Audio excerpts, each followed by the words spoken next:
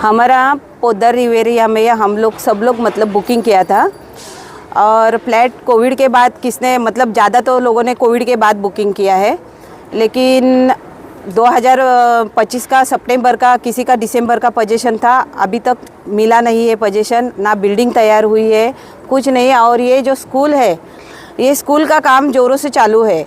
और जब भी हमने पिछले बार ये किया था, मतलब हम लोग आए थे, आंदोलन किया था, तभी उस टाइम पे हमें ऐसा पता लगा कि ये जो स्कूल है उसने बेच दिया है।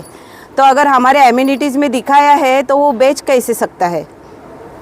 स्कूल अगर हमारे एमिनिटीज़ में दिखाया है उसने, तो वो बेच कैसे सकता है? और ख़रीदने वाला भी कैसा ख़रीद सकता है? तो इसलिए हम लोग तो आंदोलन करते ही रहेंगे। तो ये स्कूल में अगर कोई एडमिशन लेगा तो उनके बच्चे लोग को तकलीफ़ होगी, इसकी वजह से एडमिशन नहीं होना चाहिए। और जो पेरेंट्स लोग ले रहे हैं एडमिशन, उन्होंने आगे का सोचना चाहिए और एडमिशन नहीं लेना चाहिए। तो अभी आपकी जब वो जो बिल्डर है उनसे बातचीत हो रही है, उनकी तरफ से क्या जवाब आ रहा है आपको? कुछ नहीं, वो तो खाली हमको ऐसा बताता है, कोई भी जाएगा उधर तो उनको बताता है कि रोमेल बिल्डर ने लिया है, अभी सब हमारा केस का निपटारा हो गया है और हम लोग शुरू करने वाले हैं। लेकिन ये हमको खाली ऐसा चॉकलेट देता है, बाकी कुछ नहीं, वो काम तो करने वाला है ही नहीं लगता है। तो इस विषय पर आपने कहाँ पर शिकायत की है? पुलिस कंप्लेंट में कोई राजनेताओं को किसको शिकायत की है? अभी देखिए, कलानी सर तो आए हैं, कलानी सर से भी हमने बात की है और पुलिस स्टेशन में हमने शिकायत की थी। हम मतलब हमारी शिकायत से पहले वही फ़ोन करता है और भेजता है इधर, और वो मतलब गुंडे लाके इधर रखता है, हम लोग को अंदर जाने नहीं देता है स्कूल के अंदर। स्कूल तो हमारे पैसे से बना है, फिर भी हमको अंदर जाने नहीं देता है।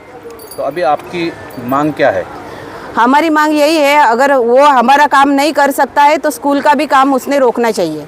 स्कूल का काम पूरा होना ही नहीं चाहिए और हमें हमारा पैसा देना चाहिए वापस। अगर नहीं काम करता है तो कुछ हमको फ़र्क नहीं पड़ता है, लेकिन हमारा जो है वो पूरा पैसा चाहिए और व्याज समेत।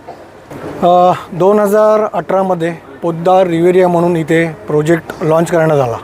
18 एकरमध्ये प्रोजेक्ट महारेराच्या परमिशननी पेपरवर्क करून पूर्ण लेआउट क्रिएट करून ॲम्युनिटीज दाखवून हा प्रोजेक्ट डेव्हलप करण्यात आला आणि ह्याच्या ॲडव्हर्टाईजच्या माध्यमातून हा प्रोजेक्टचे फ्लॅट्स विकण्यात आले। टोटल 4 बिल्डिंग 25 माळ्याच्या त्यांनी पहिले आधी डेव्हलप करायला घेतल्या आणि त्या डेव्हलप करताना त्यांनी 450 लोकांना फ्लॅट विकले। फ्लॅट विकल्यानंतर त्यांचं रीतसर रजिस्ट्रेशन झालं।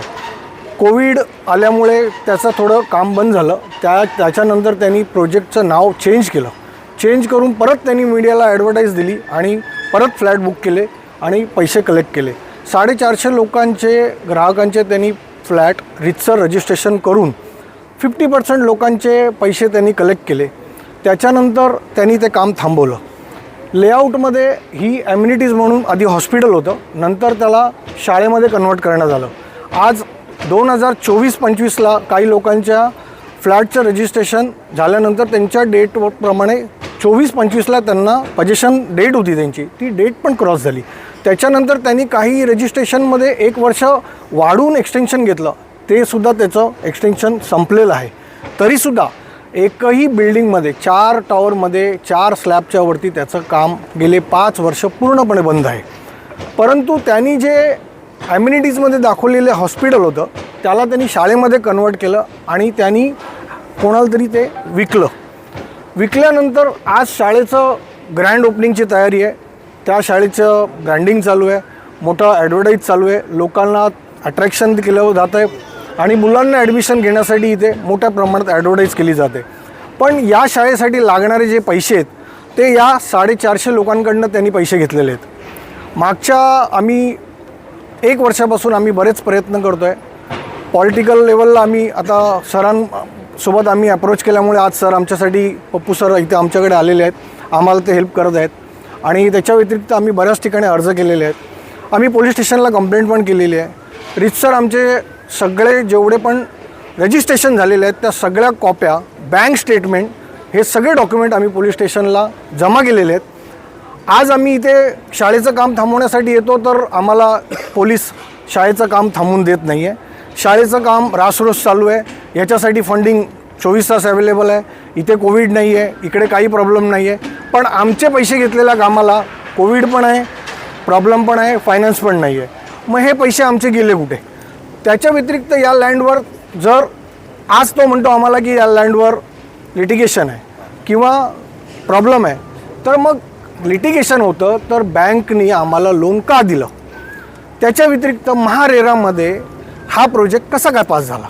मग हे ज्या दोन एवढ्या मोठ्या संस्था असूनसुद्धा मग ह्यांनी डॉक्युमेंट का चेक केले नाही? डॉक्युमेंट चेक केल्या नसल्यामुळे आज 450 लोकांना लोन मिळालं. आज 450 लोक परिवार लोन भरतात आहेत, बँकला पैसे जातात आहेत, तो तर पैसे घेऊन पळाला. मग बँक आणि महारेरा ही बिल्डरांना पाठीशी घालते किंवा फ्रॉड करणाऱ्या लोकांना साथ देते किंवा साधारण व्यक्तीला हे फसवतात? याचं काय उत्तर? याचं उत्तर कोण देईल? महारेरा स्थापन कशासाठी केली? त्याच्यात फंड कशासाठी टाकला? तो फंड तो का काढू शकत नाही? त्याला रूल का होते? मग ह्यांनी फंड का काढला? ह्यांनी फंड कसा काढला? म्हणजे महारेराचे अधिकारी बिल्डरबरोबर संगनमतानी त्यांनी ते पैसे विड्रॉ केले, म्हणजेच अधिकाऱ्यांनी पैसे खाल्ले. याचा अर्थ असा होतो एवढ्या मोठ्या अमाऊंटला, एवढ्या मोठ्या संस्थेमधनं एखादा बिल्डर कसा काय विड्रॉ करू शकतो? विड्रॉ केल्यानंतर त्यांनी ते पैसे काय केले याचा प्रश्न आम्ही विचारला तर आम्हाला त्याच्यात काही उत्तर मिळत नाही. आज आमची एवढी मोठी फाईल आहे, एवढ्या करोडचा हा फ्रॉड आहे. आम्हाला पोलीस स्टेशनमधनं आज आमचे EOWला आमची फाईल गेलेली आहे. यासाठी 2 वर्ष लागले. आज ती फाईल स्टँड व्हायला 2 वर्ष लागले, तर त्याचा रूल किंवा त्याचा आम्हाला रिझल्ट यायला अजून 5 वर्ष लागले. तर यातले जर 50% लोक किती वर्ष EMI भरणार?